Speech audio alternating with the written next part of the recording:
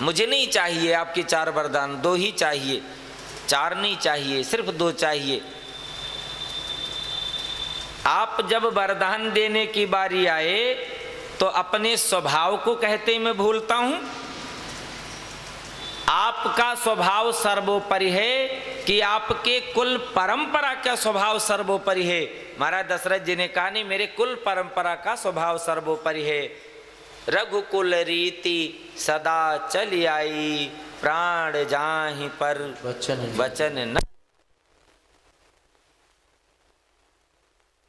है। माँ कैकेयी ने याद दिलाया है, विपत्ति के समय मैंने सहयोग दिया था, 2 वरदान आपने देने के लिए कहा लेकिन दिए नहीं।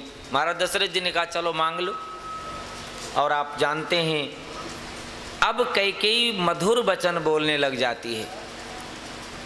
स्वार्थी लोग किस किस तरीके से अपने स्वार्थ को सिद्ध करते हैं, यहाँ पर माता कैकेयी का चरित्र दर्शाता है। माता कैकेयी अब बहुत मधुर वचन बोलती हैं, कहने लगती हैं मेरे मन को एक अच्छा वरदान लगता है, देहु एक बर भरतहि टीका। पहला वरदान जो आप देना चाहते हैं, कहूँ कहीं रंग कहीं करहूँ नरेशु, तो वो वरदान मुझे दे दो, देहु एक बर भरतहि, भरत जी को राजगद्दी दे दो। और दूसरा वरदान जो मुझको आप देना चाहते हैं, कहूँ कहीं रंग कहीं करहूँ नरेशु, तो दूसरा वरदान है तापस वेश विशेष उदासी, 14 वर्ष राम वनवासी। ये मेरा दूसरा वरदान है। इनमें से जो गिनती 14 वर्ष की है, वह 14 वर्ष की गिनती ही माता कैकेयी को कहीं ना कहीं दोषों से अलग कर देती है। यदि गिनती न होती, ये बात होता हमेशा के लिए वनवास दे दो, तो माँ कैकेयी को दोष लगाया जा सकता था। भगवान की लीला है, इसलिए व्यक्तिगत दोष नहीं लगाना। यद्यपि फिर भी वो आचरण हमारे जीवन में ना हो जो समाज स्वीकार नहीं करता है, जिससे जीवन श्रेष्ठ नहीं बनता है।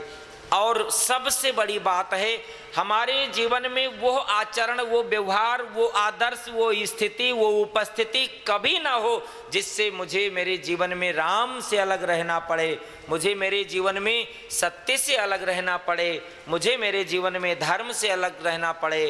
वो स्थिति मेरे जीवन में ना आए, उस मार्ग पर हम आप कभी न चलें। ये बात बताई है। महाराज दशरथ जी ने जब ये बात सुनी है, उनको नहीं लगता कैकेयी सत्य कहती हैं। महाराज दशरथ जी को लगा कोई बात नहीं, ये 2 वरदान मांगते कोई बड़ी बात नहीं, भरत जी को राज सिंहासन पर बैठा कर राजा बना दूं। मैं जानता हूं भरत मेरे इस राज्य को और बढ़ाएगा और नाम करेगा, और यदि भरत को सिंहासन पर बैठा दूं तो मेरा राम कितना प्रसन्न होगा। मैं उसकी प्रशंसा, उसकी बड़ाई अपने शब्दों से नहीं कर सकता हूं। लेकिन हे देवी, एक कारण है। मैंने आपको कहा ना कि रघुकुल रीति सदा चली आई। ध्यान रखना, केवल वरदान के वचनों का निर्वहन करने के लिए रघुकुल का नाम नहीं लिया है, सर्वस्व आदर्श को जीवन में उतारने के लिए रघुकुल का नाम लिया है। सब एक नहीं, सर्वस्व आचरण मेरे जीवन में उतर जाए और रघुकुल का आदर्श है। कई संतान हों, कई पुत्र हों, सबको छोड़कर बड़े को राजा बनाया जाए। उसी रघुकुल के नियम का तो पालन किया है। मैंने गलती कहाँ करी है? मैंने गलती नहीं किया। राम जी बड़े हैं, इसलिए राम जी को सिंहासन पर बैठा कर राज्याभिषेक कर दूं। मैंने किसी के साथ अन्याय नहीं किया है। लेकिन ये तू चाहती है कि भरत जी को राज सिंहासन पर बैठाया जाए, तो कैकेयी इसी वस्तु सामग्री से इसी मुहूर्त में भरत का राज्याभिषेक कर दिया जाए। राम को कोई आपत्ति नहीं होगी, मुझे भी कोई आपत्ति नहीं होगी, मेरा राम तो प्रसन्न हो जाएगा। लेकिन जो दूसरा वरदान है, राम जी के लिए 14 वर्ष का वनवास, उसे बदल दे, कोई और मांग ले। यदि राम जी मेरे जीवन से चले गए तो फिर मुझ जैसे दशरथ का दर्शन तू नहीं कर पाएगी, और मैं कैकेयी फिर तेरा दर्शन नहीं कर पाऊंगा। मेरा जीवन नहीं होगा, राम जी मुझसे अलग हो जाएं और मेरा जीवन रह जाए, नहीं रह पाएगा। महाराज दशरथ जी कहने लग जाते हैं, माँ कैकेयी ने तो संसार की बातों में इतनी निम्नता पर, इतनी न्यूनता पर, इतनी नीचाई पर, इतनी धरातल से भी रसातल में लेकर उतर आई है। कैकेयी कहने लगी, आप चक्रवर्ती सम्राट हैं ना? बोले हाँ हूँ, कोई शंका है क्या? आप क्या समझ रहे थे, चक्रवर्ती सम्राट से किसी भड़भूजे की दुकान से मैं चबेना मांग लूंगी क्या? चक्रवर्ती सम्राट से तो कहीं चक्रवर्ती साम्राज्य ही मांगा जाएगा। आप क्या समझ रहे थे? मुझे ऐसा कोई चबेना नहीं चाहिए, एक बार मुंह के अंदर डालकर और उसे चबाकर समाप्त कर दिया जाए। देना है तो दो और नहीं देना है तो। और दूसरी बार अब तो प्रहार करने लग जाती है। आप क्या समझते हैं मुझे संसार में व्यवहार की बातें नहीं आती? मुझे व्यवहार की बातें आती हैं। कोई व्यक्ति अपने जीवन का आदर्श करके दिखाए और दो कार्य एक साथ नहीं कर सकता है। कोई व्यक्ति हंसने लग जाए और कह दे मैं हंसता रहूंगा फिर भी मेरे अपने गाल फूले होंगे, दोनों बात संभव है क्या? हंसने वाले का मुंह खुलेगा, अंदर हवा नहीं रुकेगी, दोनों बातें नहीं कर सकते हो। इसलिए हे राजन, यदि देना है तो मेरे मांगे हुए वरदान दो, अन्यथा एक बात निश्चय कर लो, मुझे फुर्सत नहीं बात करने की। एक आखिरी बात निश्चय कर लो, मोर मरण राउर अजस नृप समुझहि मन माही। कैकेयी को मरना है। अब इस रघुकुल में आज तक जितने राजा महाराजा लोग कलंक से बच रहे थे उनमें से सबसे बड़ा कलंक लगेगा तो चक्रवर्ती सम्राट महाराज दशरथ जी को लगेगा, और वह कलंक फिर कभी रघुकुल में छूटने वाला नहीं। महाराज दशरथ जी जब सुनते हैं अच्छा नहीं लगता है, प्रार्थना करते हैं और कुछ मांग ले, और कुछ मांग ले। गोस्वामी जी ने उदाहरण दिया है, काले रंग के कपड़े पहनकर कैकेयी बैठी है। गोस्वामी जी से पूछा गया आपको क्या लगता है? गोस्वामी जी ने कहा काले रंग के कपड़े में कैकेयी नहीं बैठी है, मुझे लगता है कोई नागिन बैठी है, अंधेरे में बैठी है, छुप कर बैठी है। महाराज दशरथ जी प्रवेश किए और विचार करते हैं कब कहाँ डंक मार दूं, इनका जीवन बचना मुश्किल हो जाए, और ऐसे मर्म स्थान को ढूंढकर डंक मारा है जहां से कैकेयी के जहर को निकाला नहीं जा सकता है, महाराज दशरथ जी के प्राणों को बचाया नहीं जा सकता है। और जिसको सर्प ने दांत लगा दिया हो, सर्प ने काट लिया हो, वह अपने मृत्यु के क्षण को गिनने लग जाता है। महाराज दशरथ जी तो अपने मृत्यु के क्षण गिनने लग जाते हैं, और करते क्या हैं बताया है। महाराज दशरथ जी ने अब कैकेयी से वार्तालाप बंद कर दिया, नहीं करना। जिस कैकेयी ने मेरे वचनों को सुनना बंद कर दिया, मानना बंद कर दिया, उससे वार्तालाप क्या करना, दूसरा उपाय ढूंढना है, दूसरा मार्ग पकड़ना है, दूसरी व्यवस्था करनी है। और वो मार्ग व्यवस्था उपाय क्या है? महाराज दशरथ जी ने भगवान सूर्य से प्रार्थना करना प्रारंभ कर दिया है, आप नहीं उदय होना, आज के बाद उदय नहीं होना, आप उदय हो जाओगे, मेरे राम जी वन के लिए चले जाएंगे, उनको मालूम होगा, तो ये दशरथ रूपी सूर्य हमेशा के लिए अस्त हो जाएगा, मैं नहीं रह पाऊंगा। लेकिन आप जानते हैं हम आप अपने जीवन में कई बार न जाने कितना कुछ सोचते हैं, लेकिन कब जब हमारे जीवन में वो स्थिति जो है विपत्तियों की आती है तब, लेकिन वो हमारे मन के अनुकूल नहीं हो सकता है। महाराज दशरथ जी विचार करते हैं, रात्रि बीतने वाली है, सवेरा होने वाला है, पूरी अयोध्या में कोई भी नहीं सो रहा है, सबने पूरी रात तैयारी करी है, प्रसन्नता मनाया है। महाराज सुमंत जी राजमहल के दरवाजे पर आए और प्रतीक्षा करते हैं। अरे अरे, नित्य प्रति चक्रवर्ती सम्राट महाराज दशरथ जी तो आखिरी रात्रि में पछले पहर में जाग जाते थे, लेकिन आज हुआ क्या? आज मोही बड़ अचरज लागा, जीवन में उतारने वालों के लिए ये चौपाई बहुत संबल देती है, बहुत बल देती है। जो लोग अपने जीवन में आदर्श का निर्वहन करते हैं, समाज कहने में तो नहीं आएगा, सामने ध्यान रखना, समाज में किसी को फुर्सत नहीं आप कितनी अच्छाई करते हो उसकी प्रशंसा कर दे, नहीं कहेगा, कोई नहीं कहेगा, किसी को फुर्सत नहीं। लेकिन दूसरा पक्ष भी ध्यान रखना, जरा सी गलती हुई नहीं, प्रत्येक व्यक्ति समाज का अपना काम छोड़कर बुराई शुरू कर देगा। अच्छाई कहने को किसी को फुर्सत नहीं है और बुराई कहने के लिए मानो किसी के पास कोई काम नहीं है, बस वही कहना है।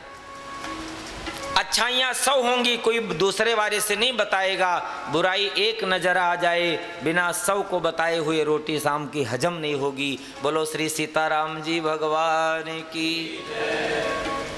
अच्छाई क्या है महाराज दशरथ जी के जीवन का? बहुत अच्छा आदर्श है, बहुत अच्छा चरित्र है, बहुत अच्छा स्वभाव है, धर्म ग्रंथों के अनुसार जीवन जीते हैं। पछले पहर भूप नित जागा, एक दिन नहीं जागते तो बड़ा आश्चर्य लगा, क्यों नहीं जागे, क्यों नहीं जागे, क्या कारण है, किसको? महाराज सुमंत जी को। और सुमंत जी दरवाजे पर खड़े हैं, जब प्रजाओं का समूह इकट्ठा हो जाता है।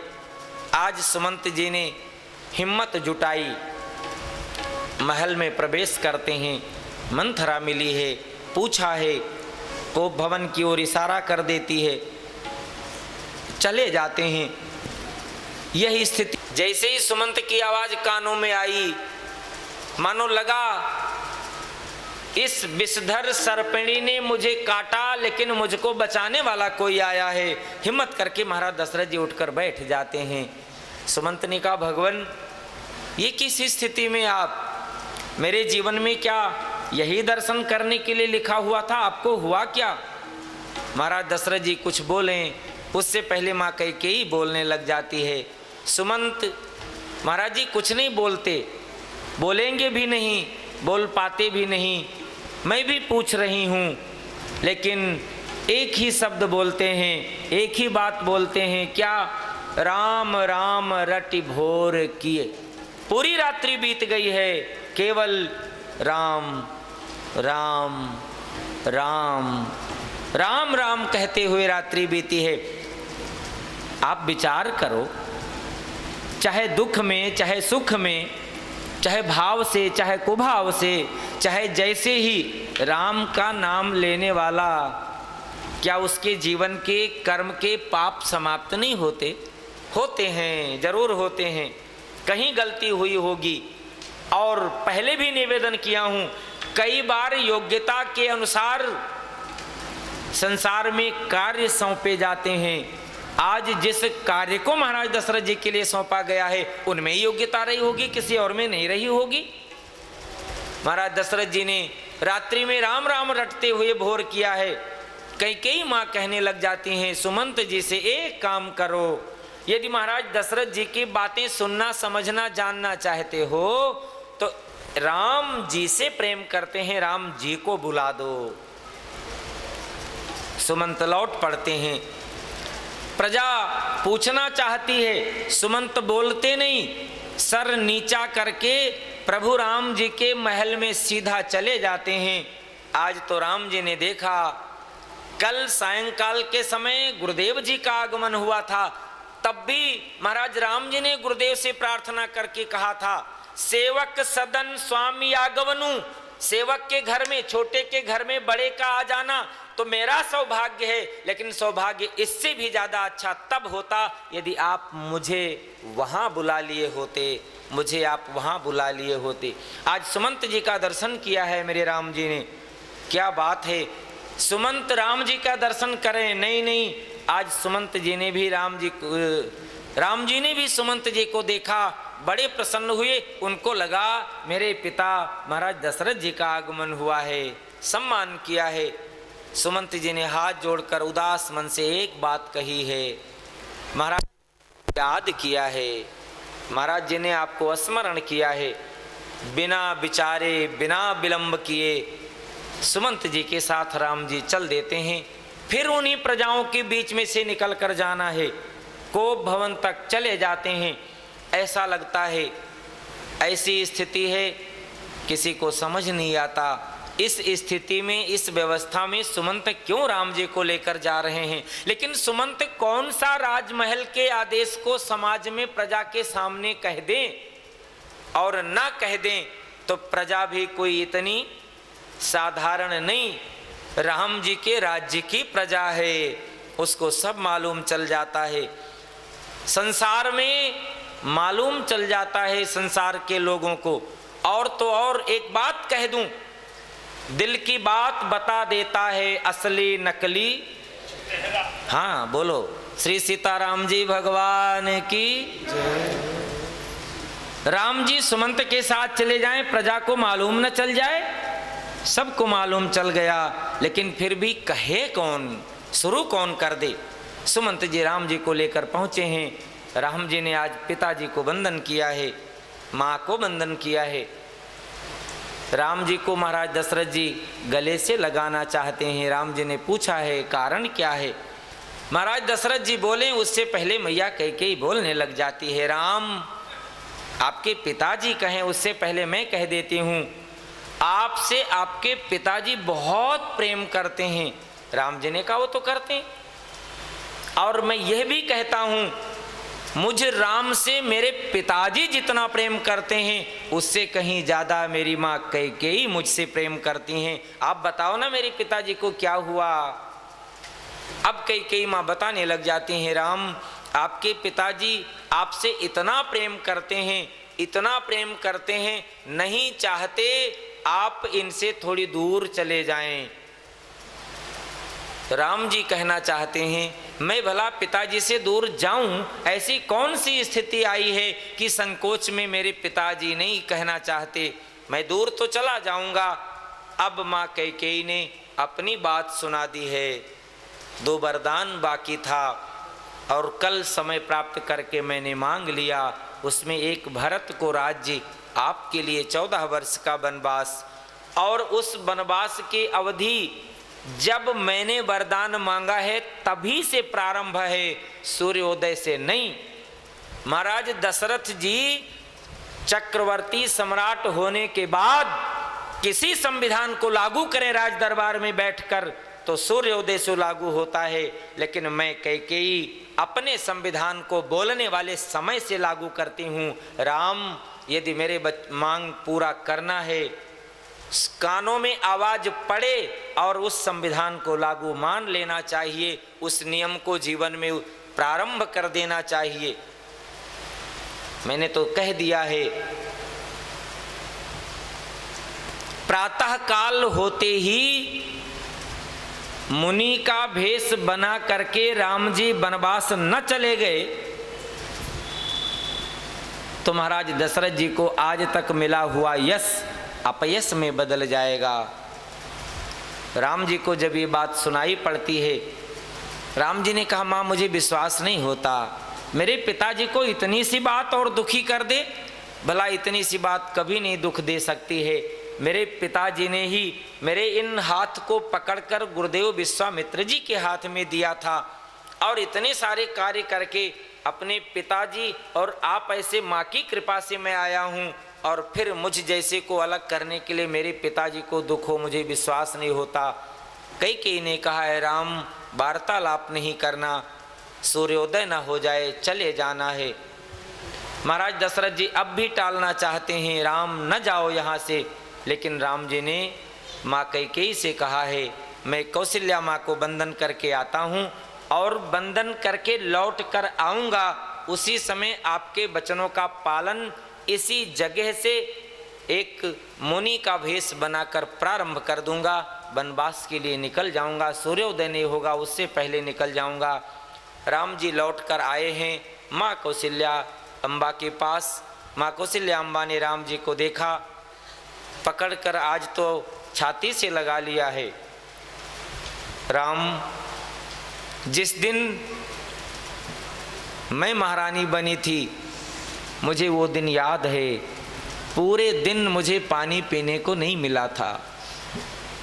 इतना बड़ा इस रघुकुल का नियम है, इतनी बड़ी व्यवस्था है रघुकुल की। देवता लोग सिंहासन पर बैठने के बाद तिलक करते रहते हैं, पूरा दिन समय नहीं मिलता कुछ खाने पीने को। जो गलती मुझे भुगतनी पड़ी वो मेरे संतानों को ना भुगतना पड़े, इसलिए मैंने एक व्यवस्था बनाई है राम। आज आपके लिए पकवान भोजन मैंने तैयार कर दिया है, जल्दी से तैयार होकर के भोजन कर लो, और भोजन करने के बाद तब महाराज दशरथ जी के सामने आपको लेकर के जाऊं। पूरे दिन राज तिलक हो, आपको भूख ना लगे और मेरी पुत्री सीता को कहीं भूख ना लग जाए। माँ की ममता केवल और केवल खिलाना चाहती है, केवल और केवल भर पेट देखना चाहती है। माँ कौशल्या जब ये कहने लगी तो मेरे राम जी मुस्कुराए, माँ के चरणों में गिर गए।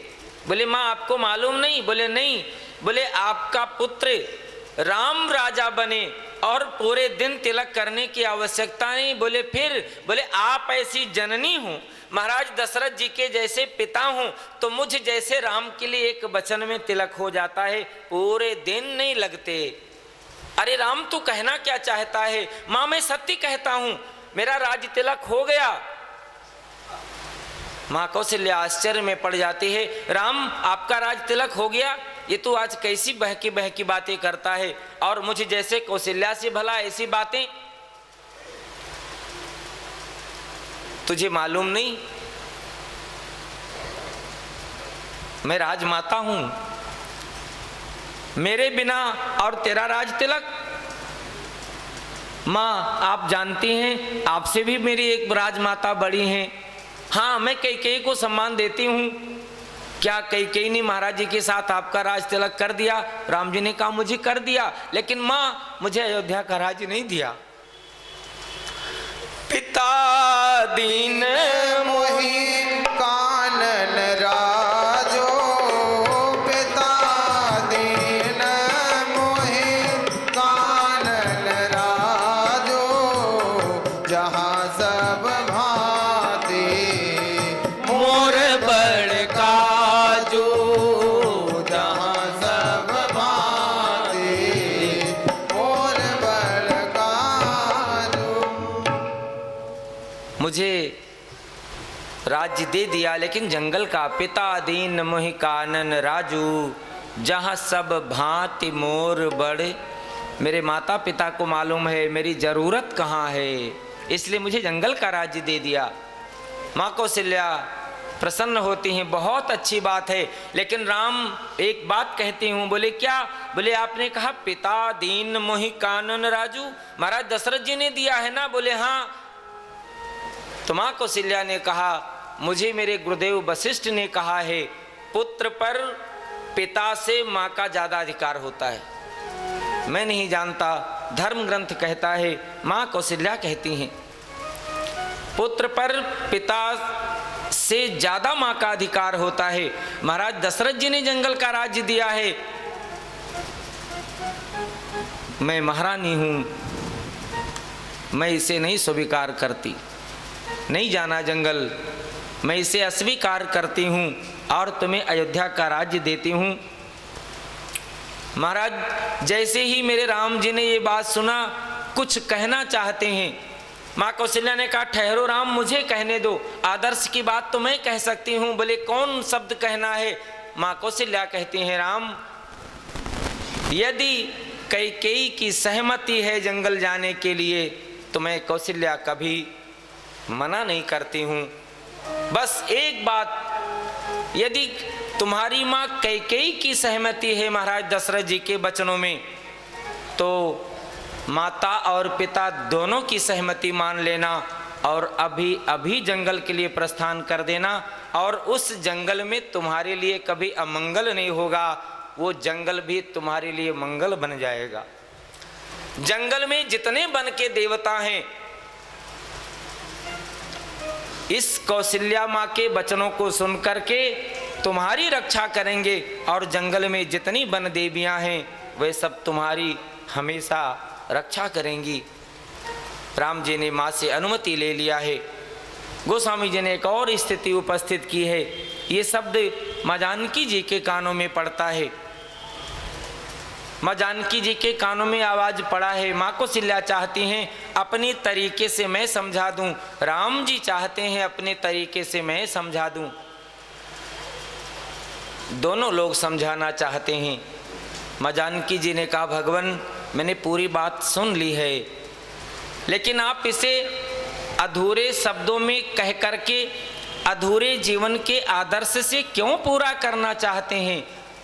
कोई राजा बने और साथ में रानी न बनाई जाए। एक का राज तिलक हो, अकेले सिंहासन पर बैठे हों, ऐसा संभव नहीं होता। जहाँ राजा को सिंहासन पर बैठा कर राज तिलक होता है, वहाँ महारानी साथ में होती हैं। जंगल का राज्य आपका है तो जंगल का राज्य मेरा भी है। आप जंगल में रहकर अपने प्रजाओं का पालन करें, दर्शन करें, उनसे मिलें, उनकी व्यवस्था करें, और मैं घर में रह जाऊं, वाह रे जगत जननी, मैं घर में रह जाऊं, ऐसा नहीं हो सकता है। माँ कौशल्या कहती हैं दीवाल में बने हुए बानर की आकृति देखकर उस घर में प्रवेश नहीं कर सकते सीते तुम, और जंगल में जब वास्तविक बानर मिलेंगे तब।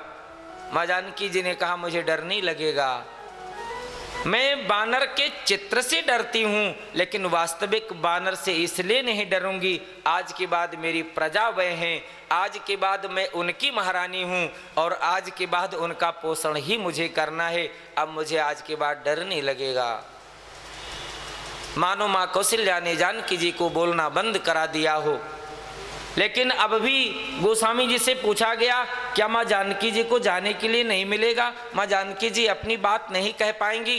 गोस्वामी जी ने कहा है नहीं, अब भी कहती हैं। संसार में लोग कहते हैं मुझे कभी कभी भाषा समझ नहीं आती, और कबीर दास जी ने कहा है चींटी के पग घुंघरू बाजे वो भी ईश्वर सुनता है, वह भी साहब सुनता है। चींटी के पाँव में घुंघरू बजे, क्या बंधेगा घुंघरू चींटी के पाँव में? लेकिन एक फकीर की बात है, कौन मना कर सकता है। चींटी के पाँव में घुंघरू बजता है, वो भी साहब सुनता है। और आज गोस्वामी जी ने इसकी पुष्टि कर दी है। माँ जानकी जी चुप हो जाती हैं और अपने पाँव के अंगूठे से मानो फर्श पर जमीन पर कुछ लिखना चाहती हैं, और जब लिखने लगती हैं तो पाँव के पायल में पड़े हुए घुंघरू कुछ बोलते हैं। गोस्वामी जी की अमर लेखनी कहती है वह घुंघरू राम जी से प्रार्थना करते हैं, मैं आपके साथ जाना नहीं चाहता, मुझसे आपसे कोई लेना देना नहीं, लेकिन मैं आपसे एक प्रार्थना करता हूँ, सीता माता जी से सिफारिश कर दो, मुझे अपने पाँव से अलग नहीं करेंगे। बस मुझे माँ जानकी जी के पाँव में रहना है, मेरी ओर से प्रार्थना कर दो, अपने पाँव से मुझे न निकालें। कौन बोल रहा है? वो निर्जीव, वो जड़ घुंघरू पाँव का बोल रहा है। किससे? मेरे राम जी से बोल रहा है। भला क्यों? गोस्वामी जी की लेखनी कहती है वह घुंघरू राम जी से प्रार्थना करते हैं, यदि माँ जानकी जी का जाना आपके साथ में नहीं हुआ तो सारे भोग का परित्याग कर देंगी, सारे श्रृंगार का परित्याग कर देंगी, और उस समय सबसे पहले मेरा परित्याग होगा। बहुत कुछ कथाओं को गोस्वामी जी ने कहा है, कितना कुछ कहा जाए, कितना कुछ सुना जाए। एक जीवन नहीं, न जाने कितने जीवन बीत सकते हैं, न जाने कितने जीवन बीत सकते हैं। मानो माँ कौशल्या की स्वीकृति राम जी को मालूम चल जाती है, राम जी की स्वीकृति कौशल्या माँ को मालूम चल जाती है। दोनों ने स्वीकृति दिया, देर नहीं करना, जल्दी तैयार हो जाओ। माँ को प्रसन्नता हुई, जल्दी तैयार हो जाती हैं। दोनों की आवाज भैया लक्ष्मण के कानों में पड़ जाता है। जैसे ही लक्ष्मण जी के कानों में आवाज पड़ा, भैया लक्ष्मण उसी समय दौड़े दौड़े आए, राम जी के चरणों में गिर गए, और मानो ये कहना चाहते हूँ मेरा जीवन, मेरा सर्वस्व राम जी के लिए है। यदि राम जी अयोध्या में नहीं तो मैं भला यहाँ क्या करूँगा। राम जी ने लक्ष्मण भैया को समझाया है, और देखा मेरे समझाने से नहीं मानेगा, तो लक्ष्मण भैया ने कह दिया माता सुमित्रा जी की अनुमति ले लो, यदि माँ सुमित्रा जी कह दें तो मेरे साथ चल पड़ो। राम जी को लगा यदि मैं चला जाता हूँ और आज भरत जी शत्रुघ्न जी अयोध्या में नहीं, तो माता सुमित्रा भला कैसे लक्ष्मण से कहेंगी तू भी राम जी के साथ चला जा। मैं तो कहता हूँ लक्ष्मण मेरी अनुपस्थिति में अयोध्या को, तीनों माताओं को, पिता को संभालना अति आवश्यक है। लक्ष्मण तेरे बिना कोई नहीं संभाल सकता। मैं जानता हूं तू काल है, मैं जानता हूं तू समय है, समय ही अयोध्या की रखवाली कर सकता है, रुक जाना। लक्ष्मण जी को बड़ी प्रसन्नता हुई, लेकिन अंदर से डर है कहीं मां मेरी मना न कर दे मुझको। आज